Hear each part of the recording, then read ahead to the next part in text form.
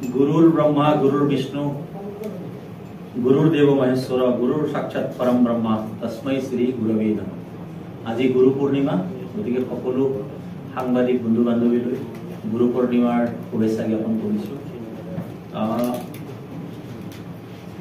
আজি এক বিশেষ বিষয়বস্তু এটাৰ কাৰণে আমি আজি আপোনালোকৰ সন্মুখত আহিবলগীয়া হৈছে। আমি সকলোৱে দেখিছো যে অসমৰ বিভিন্ন স্থানত অসম চৰকাৰে অবৈধ বেদখলকাৰী আমাৰ সত্ৰৰ ভূমি হওক বনাঞ্চলৰ ভূমি হওক পিজিআৰ ভিজিআৰ যিমান ভূমি আছে এই ভূমিসমূহৰ পৰা অবৈধ বেদখলকাৰীক উচ্ছেদ কৰাৰ কাম তীব্ৰ গতিত চলি আছে। কিন্তু আমি দেখিছো এই অবৈধ অনুপ্ৰৱেশকাৰী আৰু অবৈধ বেদখলকাৰীক ৰক্ষণাবেক্ষণ দিবলৈ এই সকলৰ এজেন্ট ৰূপে কাম কৰা কিছু কিছু নিজকে মুছলমান সকলৰ মানে এজেন্ট ৰক্ষক হিচাপে নিজকে দাবী কৰা কিছু স্বয়ম্ভূ সংগঠনে কালি এটা এক ভয়াবহ আৰু আগন্তুক দিনত অসমীয়া জাতিৰ কাৰণে বৰ চিন্তনীয় এক বিষয় কিন্তু দাঙি ধৰিছে। তেখেতসকলে কৈছে যে ব্লেকমেইলিংৰ এটা ৰাজনীতি, যে আমাক যদি সত্ৰৰ মাটি বনাঞ্চলৰ মাটি পিজিআৰ ভিজিআৰ মাটি খিলঞ্জিয়াৰ মাটি যদি এনেকে দখল কৰি থাকিবলৈ দিয়া নহয় তেতিয়াহলে তেওঁলোকে অসমীয়া ভাষাক আগন্তুক দিনত অসমীয়া ভাষা হিচাপে মাতৃভাষা তেওঁলোকে নলওঁ বুলি তেওঁলোকে দাবী ধমকি দিছে। আমি ভাৰতীয় জনতা পাৰ্টিয়ে স্পষ্ট কৰিব বিচাৰিছো যে অসমত অসমীয়া ভাষা ৰাজ্যিক ভাষা হিচাপে হওক বা আমাৰ অসমৰ মূল ভাষা অসমীয়া হিচাপে আছিল আছে আৰু থাকিব, সাংবিধানিকভাৱে হওক বা আইনীগতভাৱে হওক, ইয়াত কোনো ধৰণৰ বেলেগ প্ৰশ্ন উঠিব নোৱাৰে। আমাৰে কিছু কিছু মহলৰ মাজত এনেকুৱা এটা দ্বিধাগ্ৰস্ততা দেখা যায় যে যেন সেই সকল মানুহে অসমীয়া ভাষাক নিজৰ মাতৃভাষা নিলিখিলে যেন অসমীয়া ভাষাৰ মাতৃভাষাৰ মৰ্যাদা নোহোৱা হ'ব, এনেকুৱা এক অসত্য এটাকে সত্য বুলি আগুৱাই লৈ যাবলৈ চেষ্টা কৰে। সেইকাৰণে আমি আজি কিছু কথা ক'ব বিচাৰিছো যে আমি দেখিছো 1971 চনত পাকিস্তান বিভক্ত হৈ পাকিস্তান দুই ভাগ হৈ বাংলাদেশৰ সৃষ্টি হ'ল। আৰু এই বাংলাদেশ অকল ধৰ্মৰ কাৰণে বাংলাদেশ গঠন হোৱা নাছিল, ধৰ্মীয় যদি কাৰণ আছিল তেতিয়ালে পাকিস্তান ইছলামিক কাণ্ট্ৰি আছিল, পাকিস্তান এখন ইছলামিক দেশ আছিল। আৰু বাংলাদেশৰ বঙালী ভাষী জনগণ পাকিস্তানৰ পৰা মুক্তি পাবৰ কাৰণে মুক্তি বাহিনী গঠন কৰিলে আৰু বাংলাদেশক বঙালী ভাষী এক ৰাষ্ট্ৰ নিৰ্মাণ কৰিবলৈ আন্দোলন কৰিলে। আৰু সেই আন্দোলনত সেই সময়ত পূব পাকিস্তান আৰু পিছলৈ বাংলাদেশ হোৱা তাত প্ৰায় 25ৰ পৰা 27% হিন্দু লোক যিসকলে বঙালী ভাষা হিচাপে মাধ্যম বঙালী লোকসকলো আছিল সেইসকলো তাত আছিল। যদি এইসকল মানুহৰ ভাষাৰ প্ৰতি ইমান ভাল ভাৱ থকাহেঁতেন আজি বঙালী হিন্দু বাংলাদেশত বঙালীক মাতৃভাষা হিচাপে লোৱা মানুহসকল আজি বাংলাদেশত 25%ৰ পৰা 6% নহলে। সেইকাৰণে এটা কথা আমি স্পষ্ট হ'ব লাগিব যে এইসকলে যিটো ভাষাৰ আবেগ দেখুৱাই আমাক যি ধৰণে ব্লেকমেইলিং কৰিব খুজিছে সেইসকল মানুহে বাংলাদেশৰ ইতিহাস পঢ়ি চোৱা ভাল। এই সকলৰ মনত কোনো ধৰণৰ ভাষা প্ৰেম নাই, এই সকলৰ মনত আপোনাৰ আমাৰ মাটিৰ দখলৰ এক পৰিকল্পনা আছে, আপোনাৰ আমাৰ সাংস্কৃতিক দখলৰ এক পৰিকল্পনা আছে, আপোনাৰ আমাৰ ৰাজনৈতিক দখলৰ এক পৰিকল্পনা আছে। আৰু সেই পৰিকল্পনা গ্ৰুপিঙৰ সময়ত চি গ্ৰুপৰ পৰা আৰম্ভ কৰি আজিলৈ এই কথা আমি দেখি আহিছো। 2011 চনৰ যি লোকপিয়ল আছে 2011 চনৰ লোকপিয়ল মতে অসমত 1,06,00,000 মুছলমান মানুহ আছে আৰু এই লোকপিয়ল অনুসৰি অসমত 92 লাখ বঙালী ভাষী মানুহ আছে।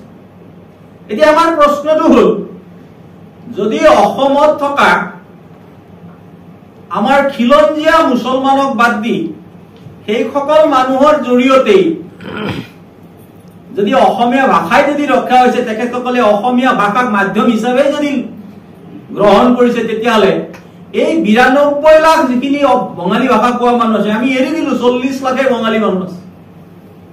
বঙালী ভাষী হিন্দু মানুহ 40 লাখ আছে বুলিও যদি আমি ধৰি দিওঁ এই 52 লাখ মানুহৰ পৰা গতিকে 2011 চনৰ লোকপিয়লত প্ৰায় 52-60 লাখ মুছলমান লোকে ইতিমধ্যে নিজৰ মাতৃভাষা বঙালী বুলি ইতিমধ্যে লিপিবদ্ধ কৰিছে। গতিকে কিছু সংখ্যক লোকে অসমীয়া ভাষা মাধ্যম হিচাপে নিলিখো বুলি ব্লেকমেইলিং কৰি আমাৰ খিলঞ্জীয়া মানুহৰ ভূমি বনাঞ্চলৰ ভূমি পিজিআৰ ভিজিআৰৰ ভূমি সত্ৰৰ মাটি বেদখল কৰি থাকিলে ভাৰতীয় জনতা পাৰ্টিৰ চৰকাৰ ডক্টৰ হিমন্ত বিশ্ব শৰ্মা ডাঙৰীয়াৰ চৰকাৰ হাত খাবতি বহি নাথাকে। গতিকে আমি আৰু এটা আপোনালোকক দেখুৱাই দিব বিচাৰিছো যে যিসকলৰ বাংলাদেশী অৰিজিন যিসকল মুছলমান আছে কলগাছিয়াত যদি এতিয়া 1,39,178 হিন্দু মানুহ আছে 1,391 এতিয়া ইয়াতে 1% নহয়। তাত বাংলা কিমানে লিখিছে বুলি কৈছে বাংলা আপোনাৰ টোটাল হ'ব 1,40,000 হ'ব টোটাল তাৰে 1,39,000 বাংলা যদি তেখেতসকলে অসমীয়াই লিখাহেঁতেন এই সংখ্যাটো ক'ৰ পৰা তাতো হিন্দু পপুলেশ্যন মাত্ৰ যদি বঙালী হিন্দুৰো যদি কথা কোৱা হয় এই 1,391 জনক কমপ্লিট বঙালী হিন্দু বুলিও কোৱা হয় তেতিয়াহ'লে 1,39,000 মানুহ কোন। গতিকে আমাৰ মাজত আমি এই কথা বতৰাবোৰ ভালকৈ বিষয়বস্তু ভাঙি পাতি নোচোৱাৰ বাবে আমাৰ মনত এটা অলিক কল্পনা এটা সৃষ্টি হৈছে যে এই সকল মানুহে যেন আমাৰ ভাষা ৰক্ষা কৰিছে বুলি আমি এক চিন্তাত নিমগ্ন হৈ আছো। কিন্তু আচলতে দক্ষিণ খালমানত আপোনালোকে যদি চাই 1,27,745 জন বঙালী ভাষী মানুহ আছে তাত হিন্দু মাত্ৰ 4,589 জন আছে। গৰৈমাৰী ৰাজহ চক্ৰত আপোনাৰ কামৰূপত 1,04,747 জন বঙালী ভাষী মানুহ আছে তাৰে হিন্দু মাত্ৰ 8,688 জন। এই যে 1 লাখ বঙালী ভাষী মানুহ কোনবোৰ ঠিক তেনেকে দলগাঁও ৰাজহ চক্ৰত 1,39,000 বঙালী ভাষী তাততো বেংগলী মানুহ বেলেগ হিন্দু মানুহ মাত্ৰ 1,300 আছে।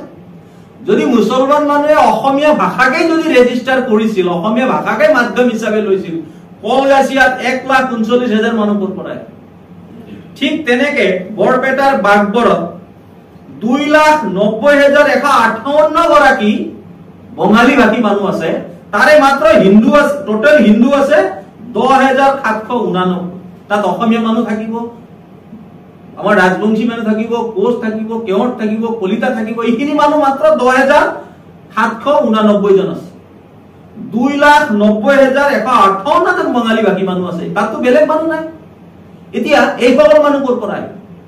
গতিকে যদি আমি তেনেকৈ চাওঁ এই সকল মানুহে যেনেকে আজি উচ্ছেদক এক অস্ত্ৰ হিচাপে আৰু ভাষাক এক অস্ত্ৰ হিচাপে যদি ব্যৱহাৰ কৰিব বিচাৰিছে আমি ভাৰতীয় জনতা পাৰ্টিয়ে এনে কোনো ধৰণৰ ব্লেকমেইলিংক আমাৰ চৰকাৰে নিশ্চিতভাৱে ক্ষিৰণত নকৰে আৰু আগন্তুক দিনত অসমৰ ভূমিক বেদখল কৰি অসমক বাংলাদেশক বিস্তাৰকৰণৰ যি পৰিকল্পনা এখেতসকলে লৈছে সেই পৰিকল্পনাক ভাৰতীয় জনতা পাৰ্টিৰ চৰকাৰ ডক্টৰ হিমন্ত বিশ্ব শৰ্মা ডাঙৰীয়াৰ চৰকাৰে সমগ্ৰ সত্ৰ বনাঞ্চল পিজিআৰ ভিজিআৰৰ পৰা এইসকলক উচ্ছেদ কৰি প্ৰতিটো ইঞ্চি মাটি যাতে মুকলাব পাৰে তাৰ বাবে আমি চৰকাৰক আহ্বান জনাইছো আৰু বিগত দিনবোৰত যি ধৰণে যি সাহসেৰে এই ভূমি বেদখল কৰাৰ কাৰ্য কৰিছে তাৰ বাবে আমি চৰকাৰক ধন্যবাদ জ্ঞাপন কৰিছো